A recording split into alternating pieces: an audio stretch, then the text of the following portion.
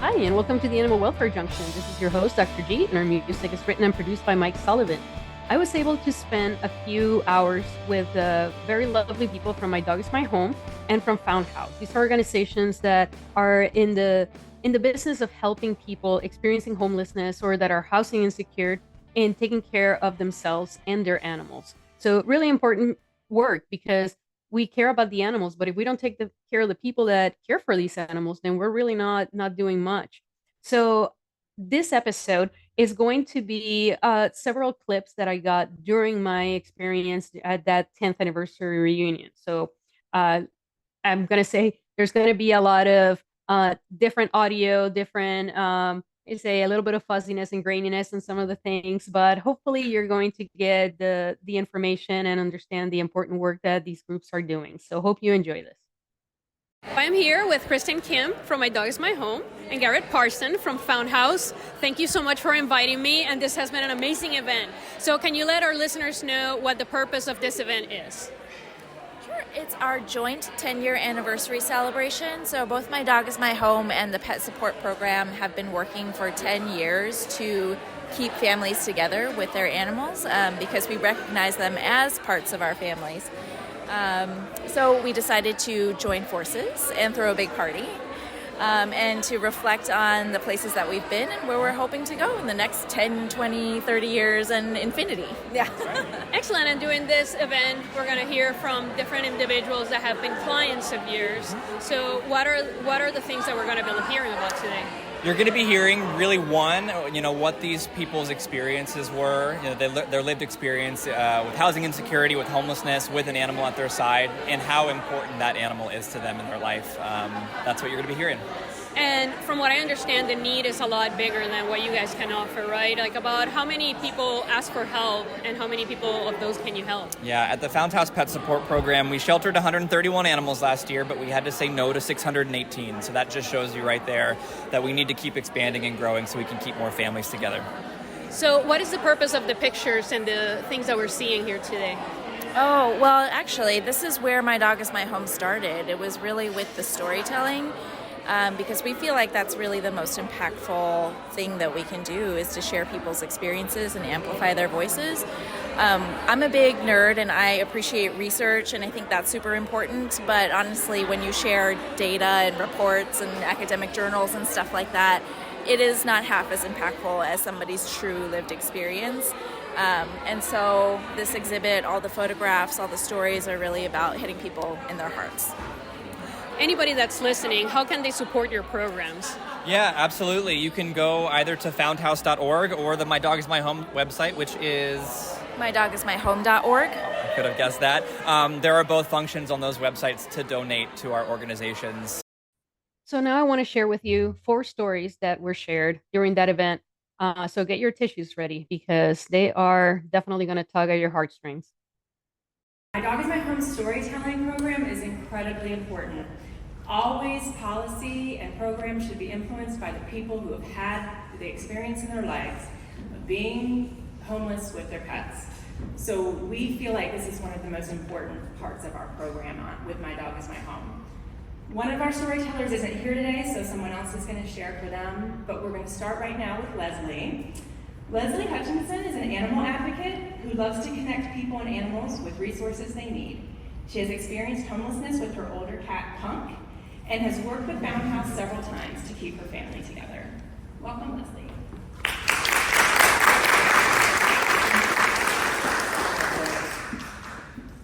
All right. I'm Leslie. I was born and bred in Cincinnati. I'm 61 years young. I left Cincinnati in 2015 for a couple of years. And when I was in Kentucky, I was working for Subway food station. And on my way home one day, I'm out listening, and as I'm walking, I hear this meow.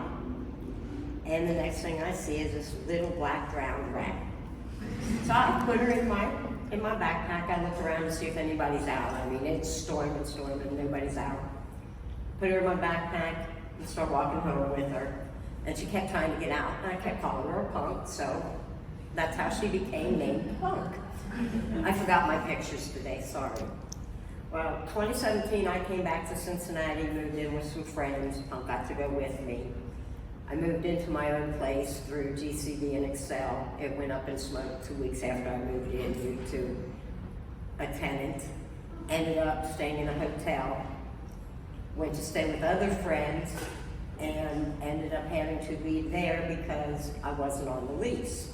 Now through this all, I got Punk with me, and I've got a killer caseworker named Kayla Breland through GCD who's no longer there. She introduces me to Garrett at the laundromat in Walnut Hills, and I'm tripping. I don't want to give my cat up.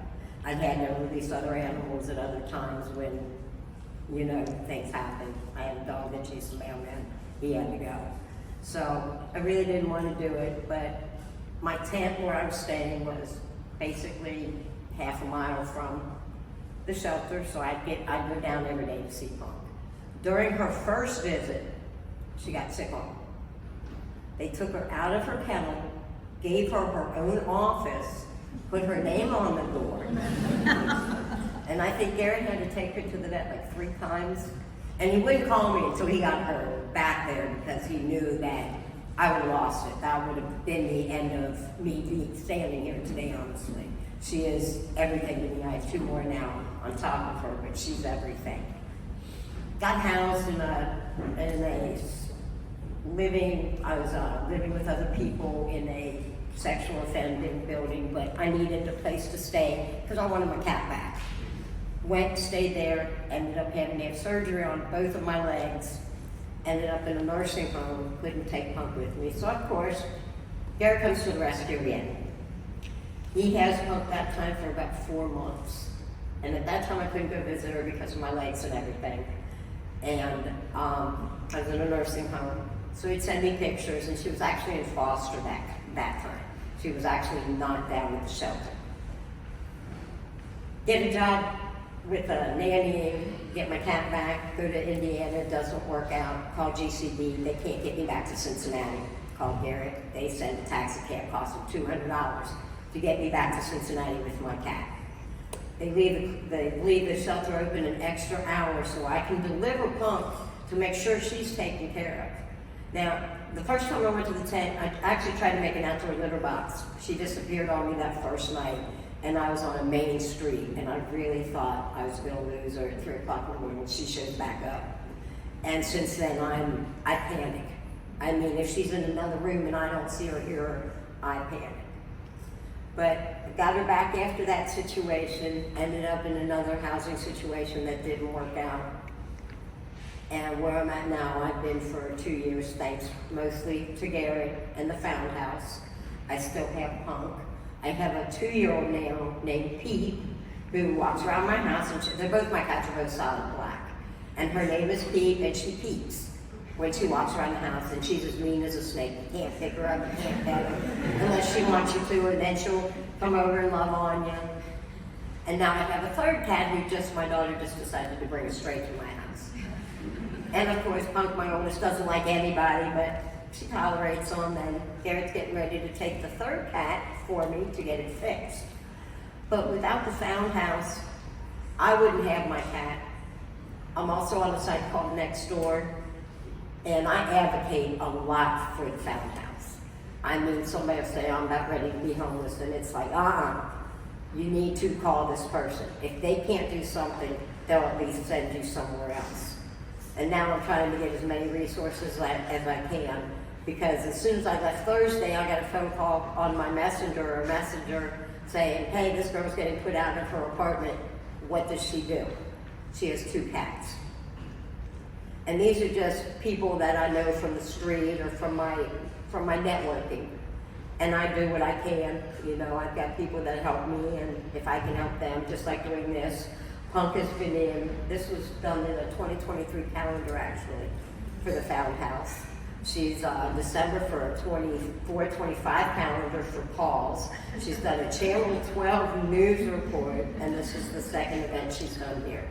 And anything this man needs, I even open my home to strangers if they need someplace, because I keep an extra couch, because I've been there. And I've never been homeless due to drugs or anything else. It's just been to bad situations. And when I hear people talk about the drugs and everything, it's not always the case. And you guys, and people have to never judge a book or never judge a cover, always read the book, because you never know what you're going to find.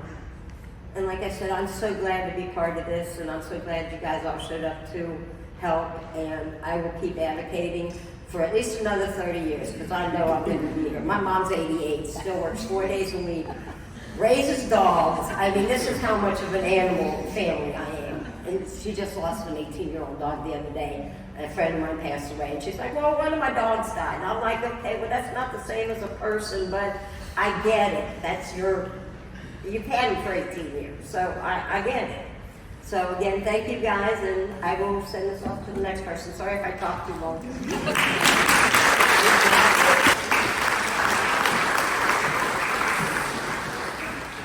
Hi everyone. So, like Shoshana said, my name is Lauren. I'm a social worker. I work at Over the Rhine Community Housing. We are a nonprofit, pet-inclusive, affordable housing provider here in the neighborhood that you're in right now, Over the Rhine. And this is Steven and his dog Future. So Steven was really sorry he couldn't make it today, but he gave me the honor of being able to share his story with you all. Steven survived some significant trauma, including being in a terrible accident in 2019. Following this and a series of challenges that led Steven to lose his housing, he said, I went from living with a friend to living on the street with Future in tow. He was 4. He's my little warrior. Unflappable and steady and by my side everywhere. I had never been homeless before, and I truly did not understand homelessness. I never considered all the ways a person could become homeless in a flash. So I got an education in homelessness with my dog. All I had was Future, and all he had was me. And because I was triggered by losing everything in my life, we really needed each other. I could look in his little face and see that he looked stressed and worried. And I would tell him how much I loved him and that we would always be together. I would never leave him if it meant sleeping on the street. Well, guess what? We were sleeping on the street in a sleeping bag with cardboard boxes like out of a movie. I'm no spring chicken, and it was wintertime. Unable to find shelter for me in Future, I would stay with a friend here or there for a few nights, then maybe a hotel room when I had some money, and then back on the street. All stability was gone, but we were together. I could see the stress on his face, wondering what was going on, but in those moments I would attempt to reassure him that everything would be okay. Nothing could have prepared me for all that would happen living day to day, place to place, as a homeless person with a dog. We were not allowed in many businesses, hotels, or stores, which made things much more difficult. Every day was a battle to survive.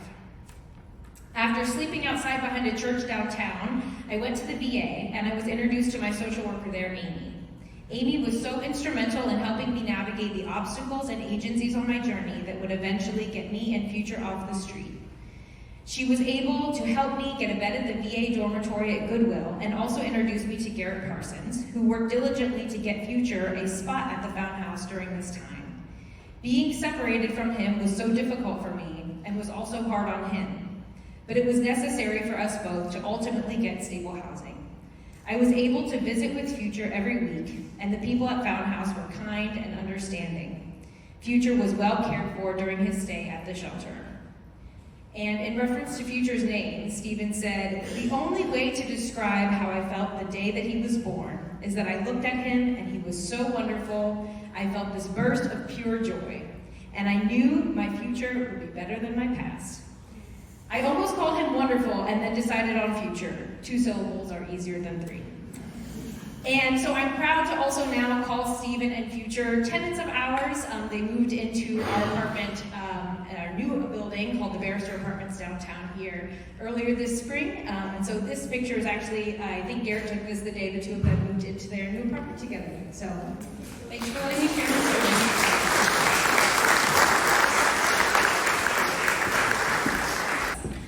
Our next storyteller is Jillian McMillian. She's an advocate for human and animal rights.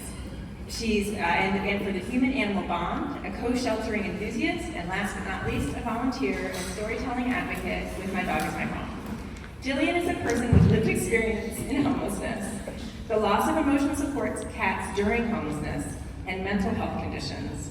Jillian used all of her experiences to get certified in cat behavior, to advocate with her whole heart, and to continue to learn how to fight for the needs of many who haven't yet found their voice. Jillian plans to use her certification to assist in furthering the fight for the human-animal bond and the rights to keep full families together and housed. Thanks, Jillian.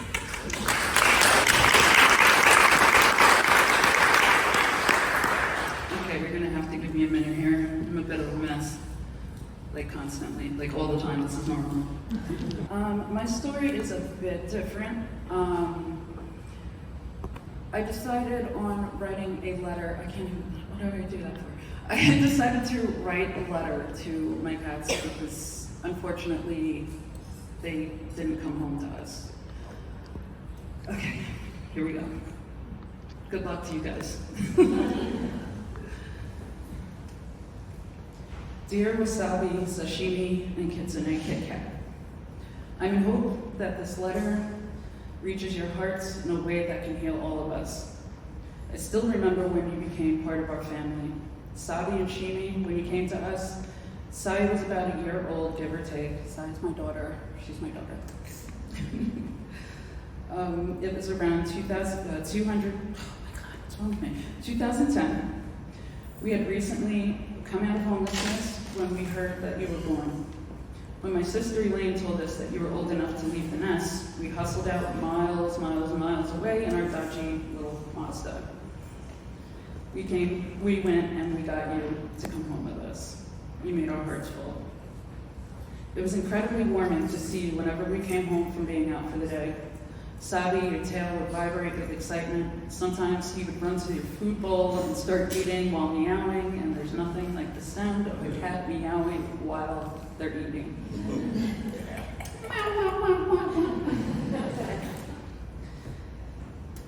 But what really gets me is that Saya still remembers that at age 15, even though she wasn't even 2 yet when that had happened.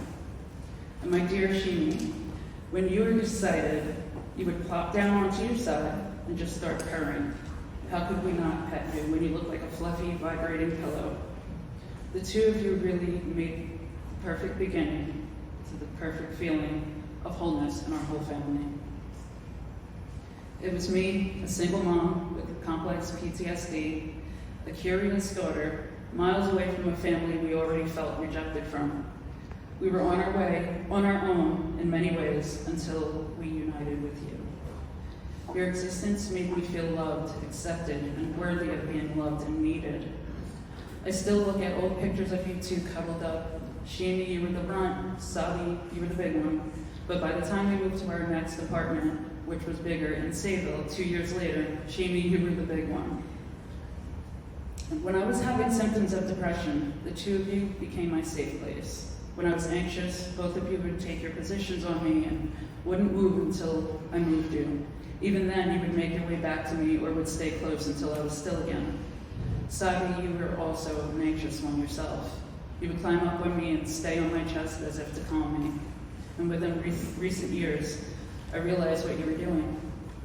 You were syncing heartbeats with me so we could calm together, bringing us both to a resting heart rate.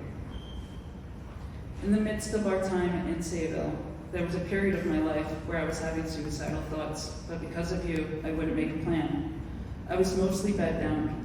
I say mostly because I would only get up to go to the bathroom and feed you and Saya. At that time, I only ate because I needed to eat something in my stomach to take my meds. Yeah, it was that bad. I entered a stage of chronic suicidal ideation because I couldn't bear the thought of losing you.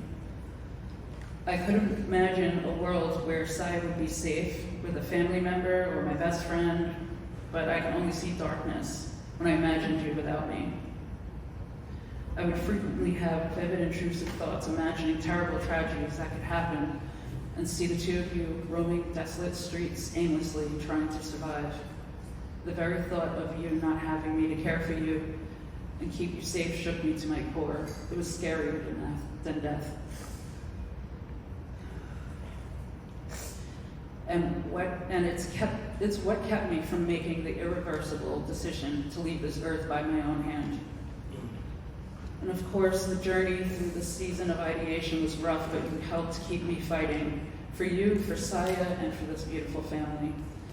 Shortly after, I registered you all on ESA.com. Everybody, ready? Scam! Just in case something would happen to me or there was an emergency, this way emergency services would know to look for you or where you belong, but yeah, scam. As I healed, Shimi became the protector, and Sabi, you became the analyzer and the healer. Shimi, I vividly remember how alpha you became when my alpha sister came over. It was like a showdown. The only thing we were missing were the tumbleweeds blowing by, and the growling you would do, and the hissing you did. Hiding underneath the couch as if to watch Alicia's every single move. It was only every time that she came by, and it would only happen when she came over. I knew it was a battle of who's in charge of protecting us. When Kit Kat came to us, Shimi and Sabi, you were not happy at all, not at first. But eventually you let her in and treated her as if she were your own little baby. Kit, you were mostly with Saya. You were her emotional support. The way you would meow was so adorable. You sounded like you were saying, meow. We had a little joke that you were part of. We would say, what do we want? Kit, Kat, when do we want her? Meow. I miss your big paws on my face. Whenever I picked you up for some reason, you needed to put a paw on my cheek. And it was always cold, but very warm. The three of you really completed our family. And I miss sleeping with you. The positions you took.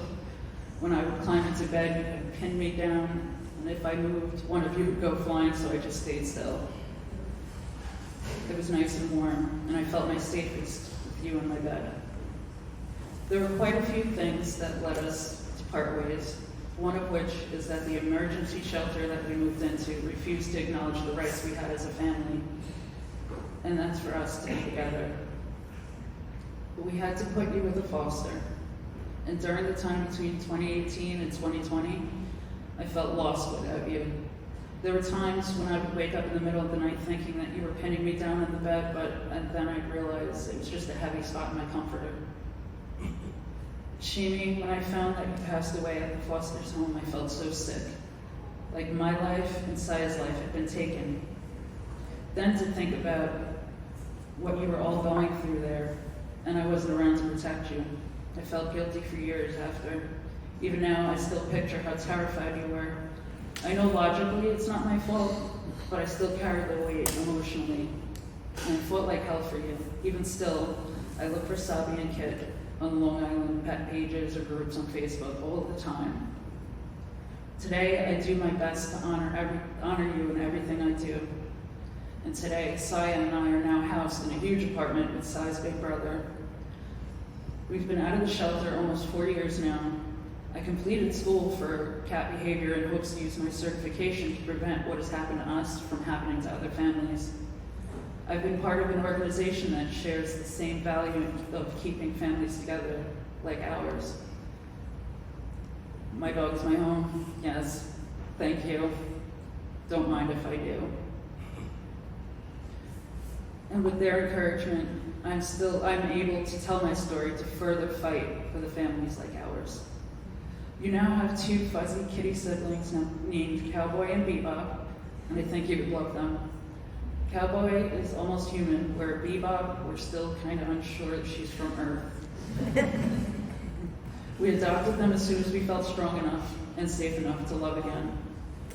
I still am riddled with guilt at times and wonder if you miss us as much as we miss you. We'll always look for you. And I hope wherever you are happy and safe. I dream about you often. And Shimi, rest well. May we meet again.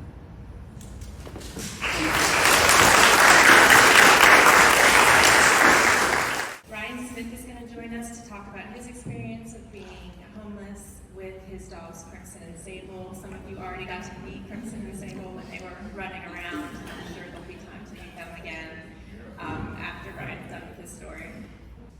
Hi, my name is Ryan Smith, and these are my two girls you've met, Sable and Crimson.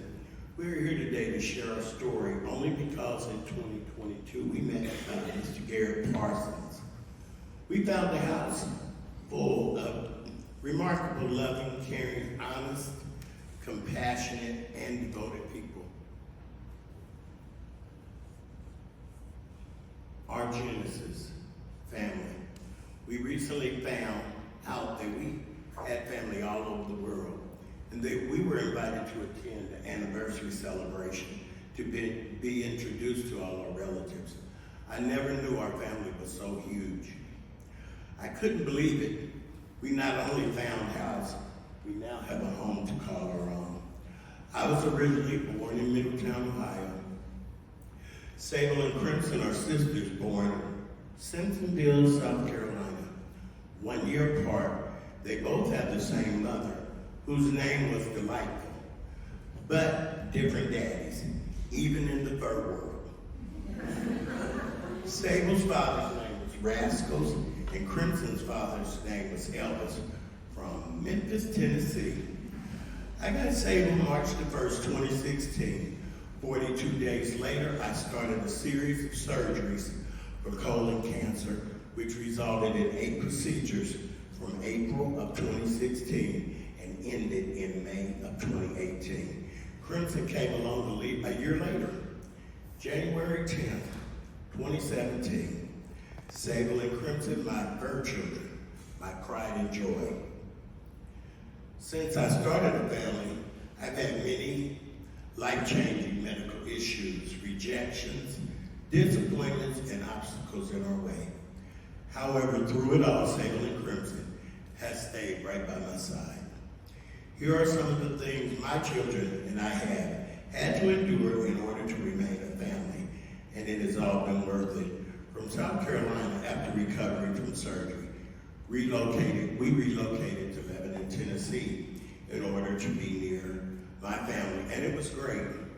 I had not seen my older brother in over 19 years, and I contacted him and asked him if it would be okay to come, and was there anything that I could do for him.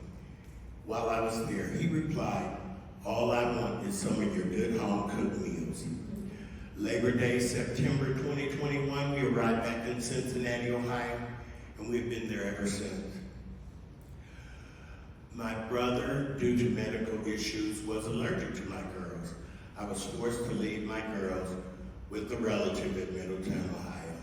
He asked me just to move in with him, and I found 2 jobs and actually met my property manager on my way to work one day.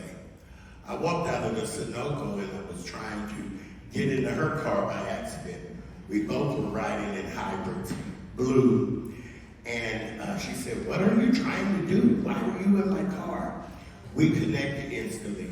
She called my girls 2 little house shoes. I was my brother's caregiver the last 10 months of his life, living with him and even while living in my car. He asked me to leave because of a disagreement between me and his woman. I did with no hesitation. Well, property taxes were paid current in Middletown, so the girls had to go from there. Snow and ice everywhere, 2 jobs, boarding the dogs.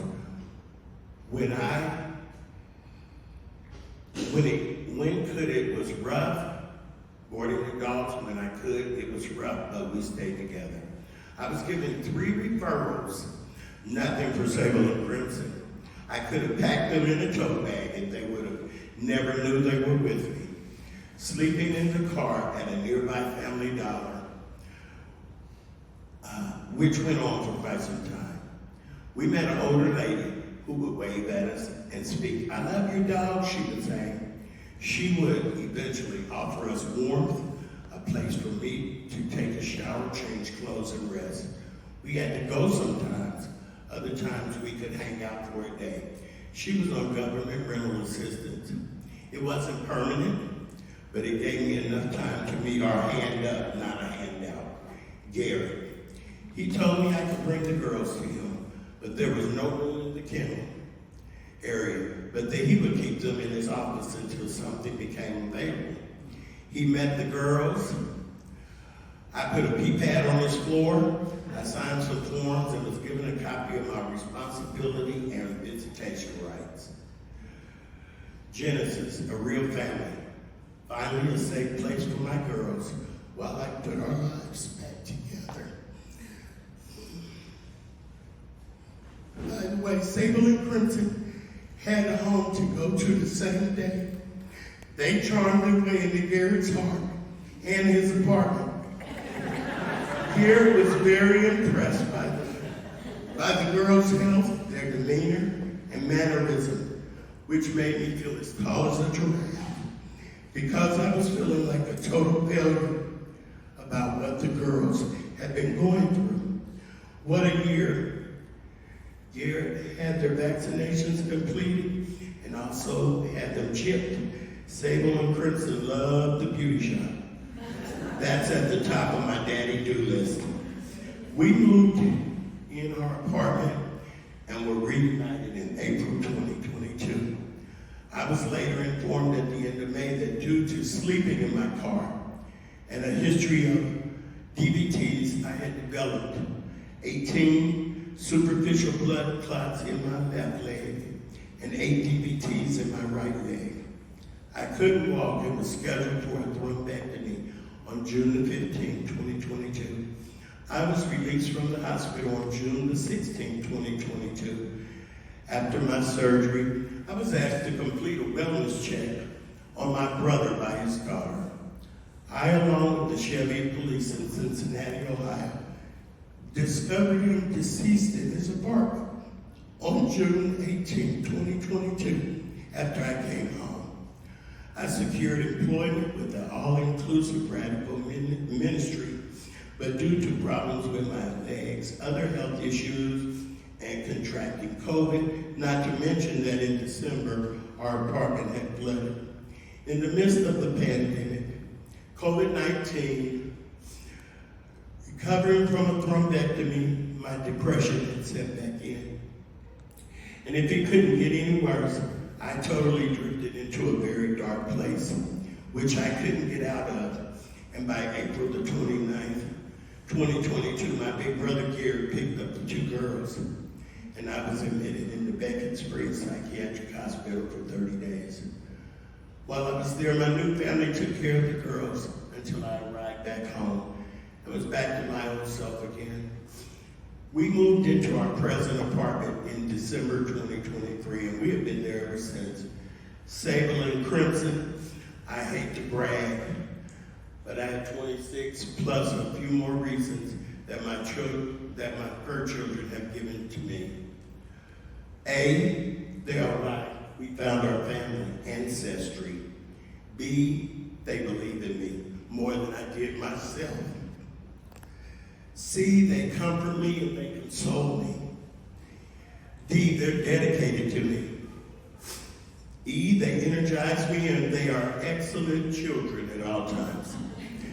They are faithful, grateful, and they taught me humility when we didn't have anywhere to go. The letter I will come back to at the very end. J, they jolted me back to life, physically, spiritually, mentally, and emotionally. And that's why I'm here today. They are kind. They are loyal. They have excellent manners. They never talk back. They obey me. Pardon me is hard to stop boasting. They are quiet, and they quiet me. They respect me, and they respond to my every call. S, they serve me. T, they taught me the true meaning of agape love. U, they understand me. V, they value me. They are the reason why I live, move, and have my very being today. They are my X, not like the EX, but they X out all the hurt and pain I have experienced in my life. Y is represented in our story as only a symbol for the homeless people with fur children. My children are zealous. Thanks for allowing us to share our story. The letter I our reasons for being homeless with her children, infinity. Thank you.